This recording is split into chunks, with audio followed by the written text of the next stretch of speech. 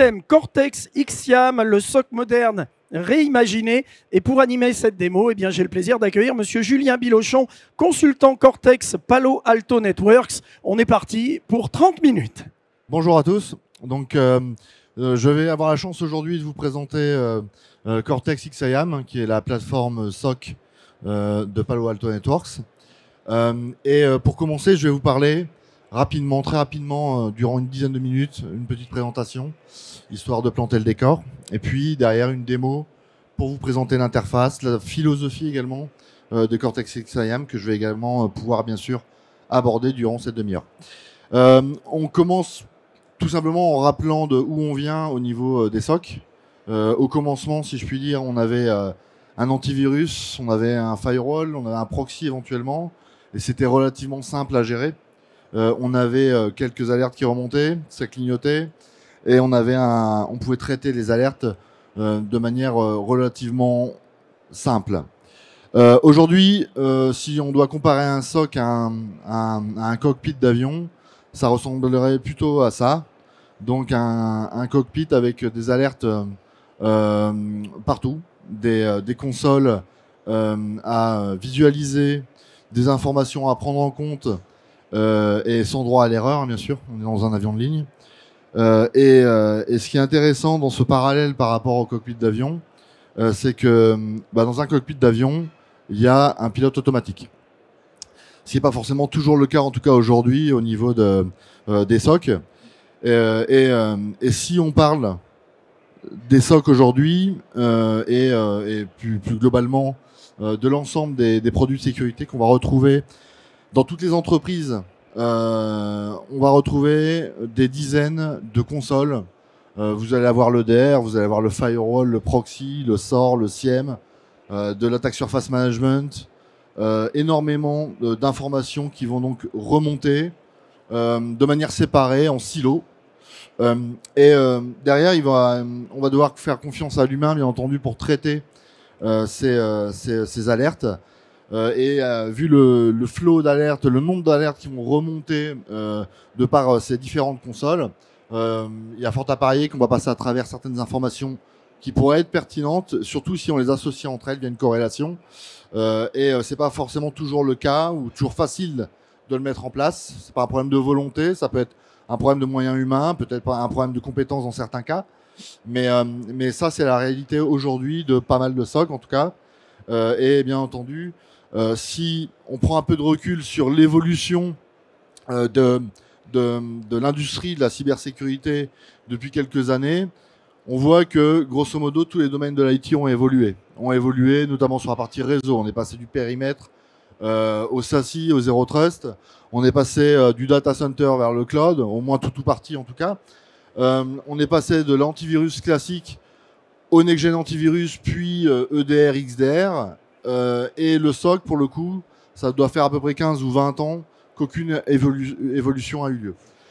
Donc l'idée et la philosophie de Palo Alto Networks, c'est bien entendu d'essayer alors on va dire révolutionner, peut-être pas, mais dans tous les cas de faire évoluer l'approche de la problématique du SOC en s'appuyant notamment sur trois grands piliers que sont l'analyse de la donnée, la valorisation de la donnée collectée, c'est ça qui est important, l'application de machine learning, d'intelligence artificielle sur cette donnée collectée directement, et puis derrière, la partie automatisation, c'est-à-dire automatiser le plus possible, et derrière, automatiser au niveau de l'alerte.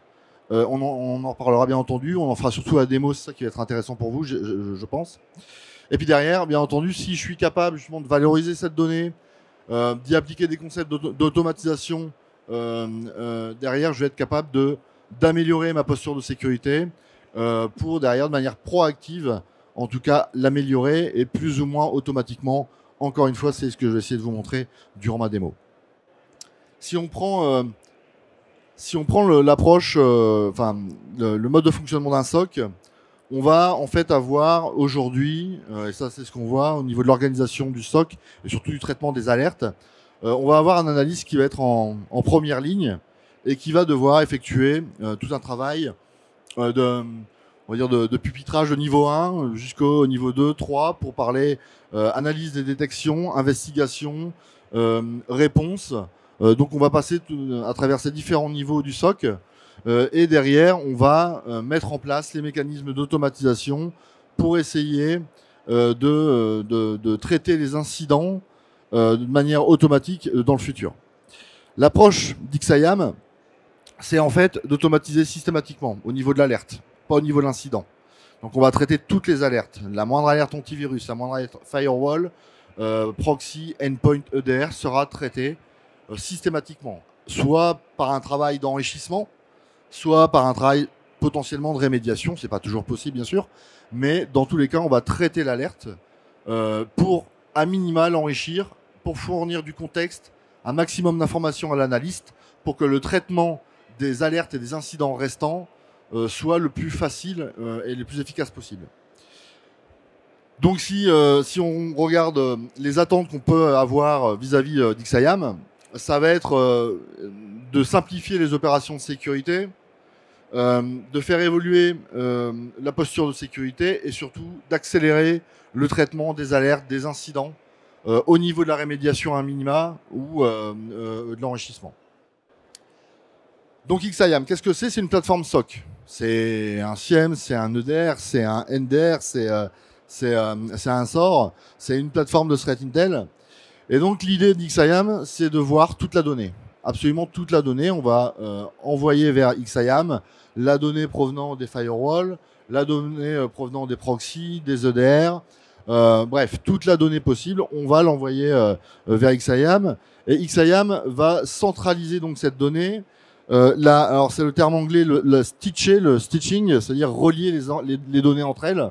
Donc tous les signaux faibles vont être reliés entre eux au niveau d'XIAM pour derrière aller y appliquer un modèle de machine learning, plusieurs modèles même de machine learning pour en ressortir, on va dire, les alertes, les potentielles brèches de sécurité. Et ça, c'est toute la force d'XIAM. Ensuite, derrière, ce qui va être intéressant, c'est que la plateforme va regrouper, et c'est ce que vous voyez à droite, toute la partie orchestration, Threat Intel Platform, toute la partie analyse utilisateur avec le module ITDR notamment, tous les aspects de reporting, de compliance, la visualisation en temps réel de la couverture, du coverage de Mitre sera directement visible dans XIAM. Et donc là, encore une fois, l'idée, c'est de réduire la complexité opérationnelle en fournissant l'ensemble de ces briques de sécurité dans une plateforme unique. Je vous démontrerai ça juste après. Si on parle des aspects purement sécurité, amélioration de la posture de sécurité, qu'attendre d'XIAM? XIAM, donc, ça va collecter la donnée. La donnée va être collectée, va être stitchée, donc reliée entre elles. Et l'idée derrière, ça va être d'améliorer le niveau de détection, donc directement dans la plateforme. Je parle même pas de règles de corrélation. Bien entendu, c'est possible, mais la plateforme est livrée, j'ai envie de dire sortie de la boîte, avec énormément de règles, ce qu'on appelle d'analytics, donc qui proviennent des détections fournies par la brique de machine learning ou d'intelligence artificielle. Et l'idée derrière, ça va être justement d'avoir toute l'histoire de l'attaque visualisable directement dans l'interface et qui va relier entre elles les informations qui proviennent des endpoints, du réseau, du cloud, de l'identité. Et derrière, on va donc être en mesure de répondre sur l'ensemble de la chaîne d'attaque pour derrière améliorer de facto la protection pour les potentielles futures attaques. On va donc pouvoir considérer que toute la donnée qui va être collectée du réseau, du endpoint, de l'identité, du cloud et d'autres sources d'informations vont être automatiquement donc collectées, normalisées. Donc toute l'information collectée dans la plateforme sera automatiquement normalisée par XIAM. Et on abordera ce point après, mais toute l'intégration réalisée est réalisée via une marketplace. On a une marketplace qu'on va utiliser pour utiliser les connecteurs fournis. Il y en a plus de 900 fournis nativement sur l'ensemble de votre écosystème.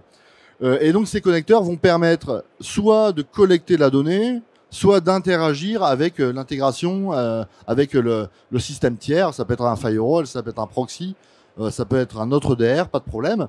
On va donc être capable de collecter toute cette information, d'interagir avec. Et ce qui va être intéressant derrière, c'est que toute la donnée collectée va donc être reliée entre elles, quelle que soit la source.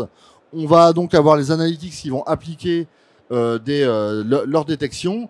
On peut ensuite, bien entendu, compléter avec des potentielles règles de corrélation, c'est évident. On peut même, on a un module qui s'appelle Bring Your Own Machine Learning. Vous pouvez développer, si vous avez des data scientists, des règles de détection de machine learning directement dans la plateforme. Donc vous avez également la possibilité de réaliser ce genre d'opération.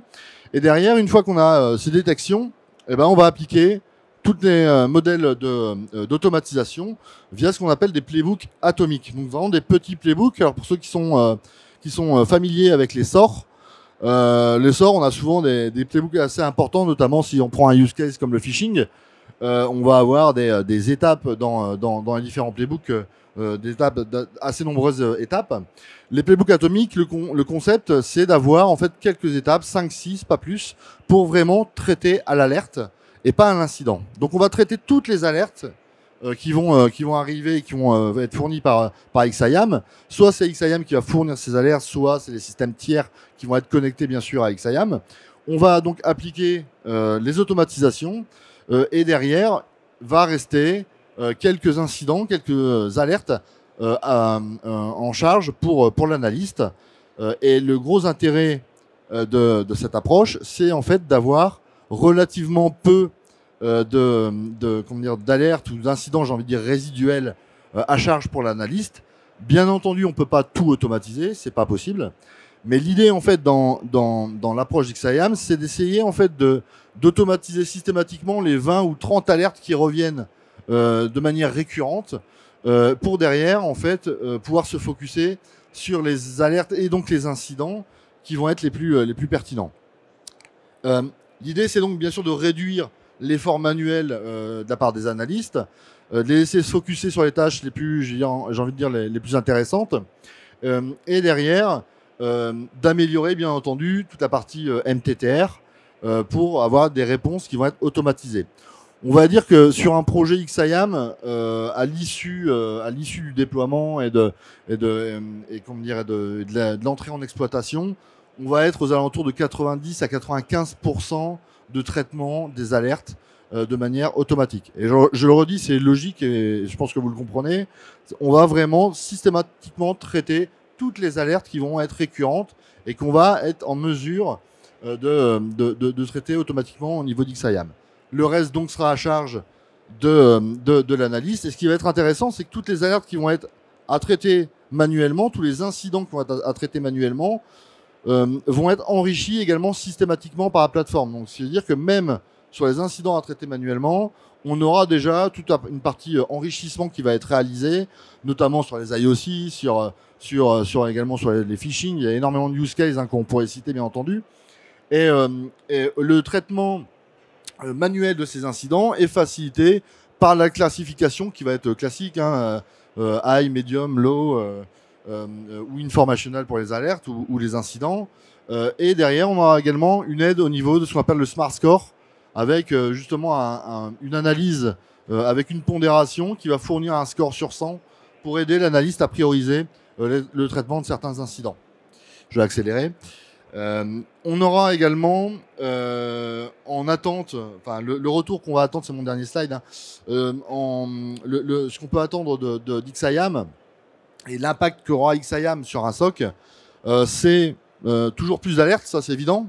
C'est pas de la faute d'XIAM, c'est la réalité. Il y a toujours plus d'alertes qui remontent dans les SOC, mais sans avoir besoin d'embaucher plus d'analystes, parce que c'est compliqué le RH au niveau de la cybersécurité et des SOC. Donc l'idée derrière, ça va être de laisser l'analyste se focuser sur les tâches et les incidents les plus complexes et les plus intéressants également, en supprimant potentiellement tout le niveau 1. Et derrière, surtout, et ça c'est vraiment ce qui a attendu avec XIAM, c'est la réduction du temps de réponse, ce qu'on appelle le MTTR, au niveau aussi bien de l'enrichissement que de la rémédiation. Alors je vais passer sur la partie démo. Voilà. Vous voyez bien mon écran? Oui. Donc on a l'interface de Cortex XIAM, c'est l'interface d'accueil, hein, c'est le dashboard qu'on voyait également dans l'un des slides. Et donc on a sur la gauche toutes les sources d'informations qui sont collectées par XIAM. On a du Proofpoint, de la page du Okta, du Next Gen Firewall Palo Alto évidemment. On a plus de 40 000 endpoints. Et ce qui va être intéressant, c'est que tout ça, ça va générer des alertes. Et toutes ces alertes, elles vont être automatiquement regroupées au sein d'incidents. Hein, le principe, c'est l'alerte est traitée automatiquement par l'automatisation d'XIAM. Et derrière, les alertes, on va dire résiduelles, qui restent dans tous les cas ouvertes pour l'analyste, elles vont être dans tous les cas regroupées par incident. Ce qui veut dire qu'en fait, les incidents, c'est vraiment toute l'histoire de l'attaque avec l'ensemble des alertes intégrées qui vont permettre à l'analyste de comprendre tout le contexte et derrière d'avoir une facilité au niveau de traitement de ces incidents. Vous voyez ici le dispatch. Le dispatch de 18 incidents à traiter manuellement, 82 qui ont été automatisés. Le ratio est flatteur, hein, faut être honnête, mais grosso modo, on est sur un regroupement d'alertes au sein des incidents qui est assez pertinent au niveau d'XIAM. Et derrière, ce qui va être intéressant, c'est comme vous le comprenez, tout l'aspect automatisation va réduire drastiquement la charge sur l'analyste pour lui permettre donc de se concentrer sur, là, ici, les fameux 18 incidents. Si je clique ici, je vais arriver sur les 18 incidents à traiter manuellement. Et derrière, on voit les incidents ouverts avec leur classification, avec critical, high, medium, low, au niveau de la classification. Alors bien entendu, je peux cliquer ici. Bon, ce qui est assez intéressant ici, c'est que c'est très visuel. Je vous l'accorde pour les puristes.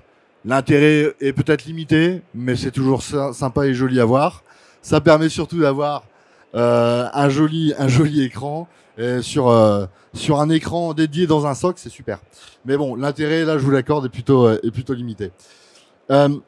Ici, ensuite, on va avoir une chose assez intéressante, là, qui est pas du tout, pour le coup, uniquement visuelle, qui est vraiment très intéressante au niveau des informations qui vont être délivrées par XIAM. C'est la couverture en temps réel du Mitre. Grosso modo, j'ai souvent la question des clients, c'est comment je suis en mesure de connaître ma couverture du Mitre en temps réel avec XIAM. Et donc, on a un dashboard spécifique qui va permettre justement d'avoir ces informations-là avec la répartition des types de détecteurs qui vont permettre de couvrir certaines techniques ou tactiques du Mitre.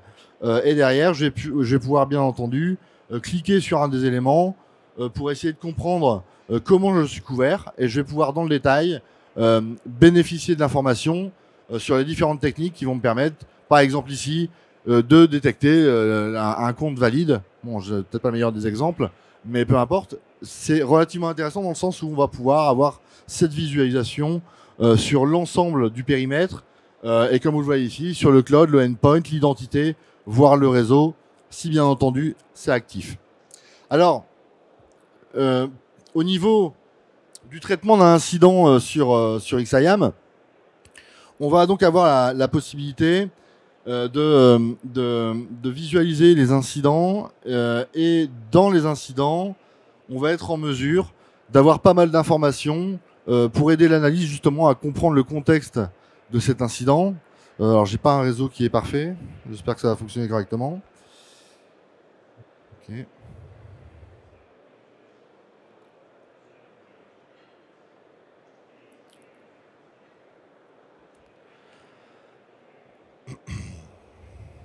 Voilà. Donc, on retrouve les incidents. Ça devrait charger. Voilà. Et au sein de ces incidents, en fait, on va déjà ici être en mesure de comprendre, grâce à la description qui en est faite, qu'un utilisateur ou des utilisateurs ont essayé de se loguer à plusieurs reprises. On voit qu'il y a 29 alertes associées à cet incident. On voit aussi surtout justement tout le mapping par rapport au Mitre qui est fourni. C'est toujours intéressant pour essayer de comprendre et pour aider à comprendre le contexte de l'attaque. Bien entendu, si je clique sur un des éléments, ça va m'emmener vers les alertes qui sont responsables, qui sont mappées à cette technique. Je vais donc avoir 29 alertes, et ces alertes, elles proviennent de diverses sources. Alors j'aime bien cet incident parce qu'il n'y a aucun produit Palo Alto dans cet incident. On a du OneLogin, du Checkpoint et du Snort. Et derrière, on va avoir les informations sur les playbooks qui ont été exécutés au niveau de cet incident. Et sur les 29 alertes, on a 29 playbooks qui ont été exécutés. On va aller les voir après. Et j'ai différentes informations sur les artefacts, sur les IOC, sur les utilisateurs impactés. Et à tout moment, je peux basculer, pivoter sur une vue pour bien sûr aller voir les fiches utilisateurs, d'un point de vue cybersécurité bien entendu. Et ce que je vais faire ici, c'est que je vais aller voir justement les incidents, les alertes pardon, associées à cet incident. Et je vais faire le focus sur une des alertes, dès l'instant qu'il aura bien voulu charger. Voilà. Donc j'ai toutes ces alertes qui sont regroupées ici. Hein. Bien entendu, je peux voir toutes les informations sur les playbooks exécutés pour chacune des alertes. Et vous voyez que le traitement de chaque alerte est effectué par un playbook. Je vais prendre une alerte qui concerne l'utilisateur Postgres. Et derrière, je vais donc, en cliquant dessus, avoir l'information et le contexte de cette alerte. Et pour chaque alerte, j'aurai le même niveau d'information, bien entendu, sur les tactiques, sur les machines, sur les utilisateurs, sur le nombre de hits, bien entendu, et la source d'information.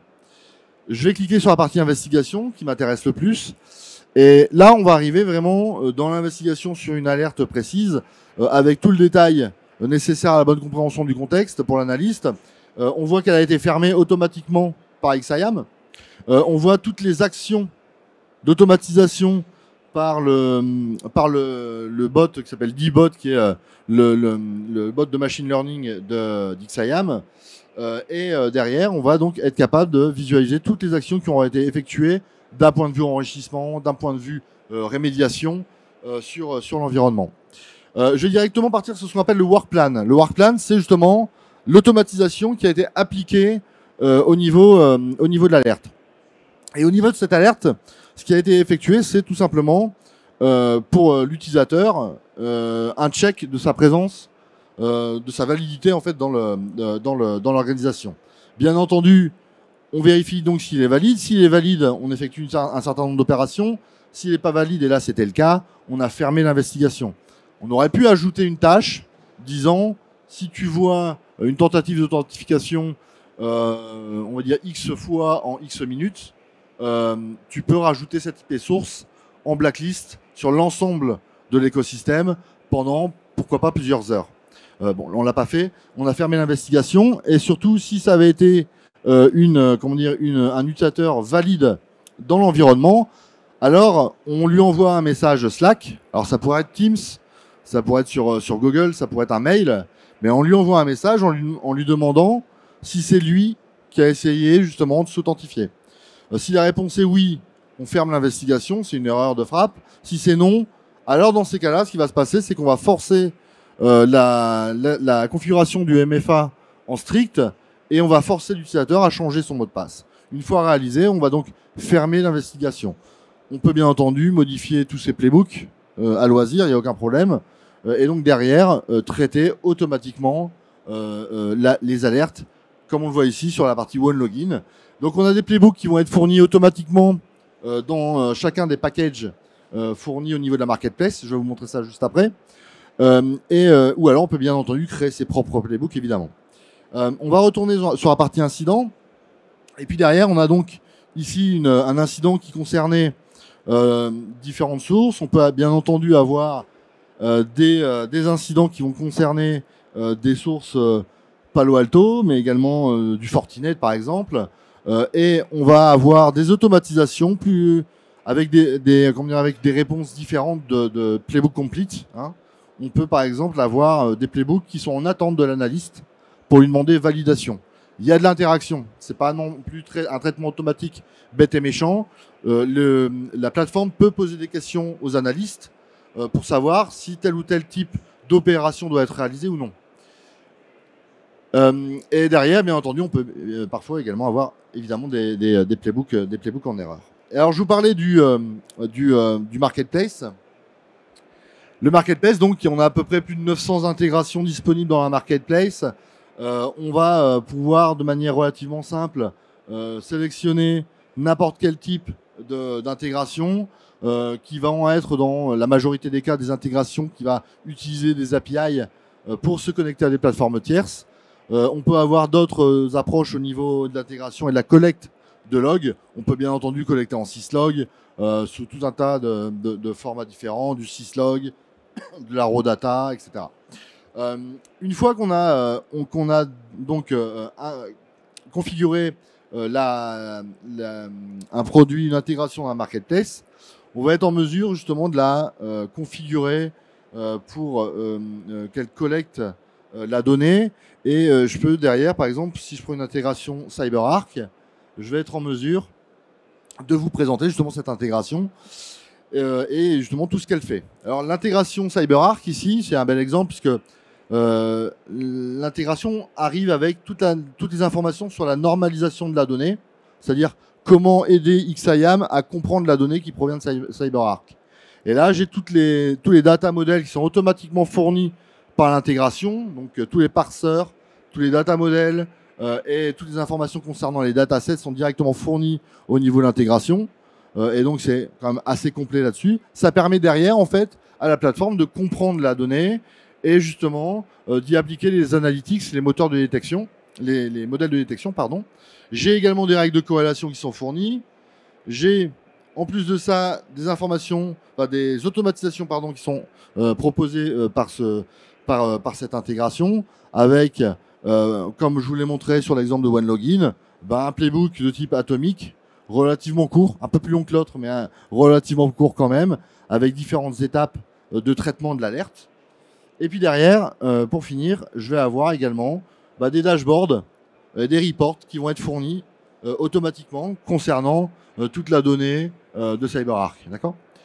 Donc ça, c'est ce qui est fourni avec la plupart des intégrations dans XIAM.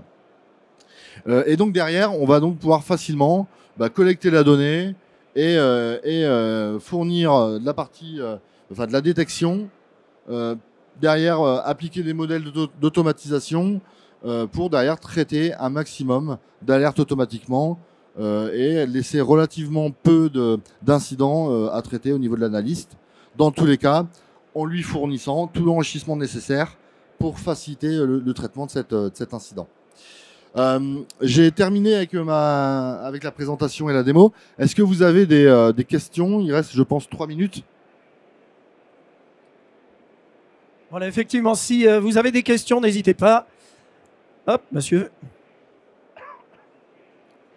Bonjour, merci beaucoup pour la présentation. On vient de voir qu'on a des playbooks et des parseurs qui sont automatiques. Ouais. On voit aujourd'hui qu'il y a beaucoup d'applications métiers dont on a besoin de refaire un découpage complet pour pouvoir faire une compréhension de ces logs-là. Ouais. Est-ce que je vais pouvoir, une fois que est-ce que je peux parser à la mano, pardon. Est-ce que je peux parser à la mano toutes les traces qu'on va pouvoir avoir? Et est-ce que je vais pouvoir réutiliser les playbooks que vous avez justement sur la détection de brute force par exemple pour pouvoir le régénérer?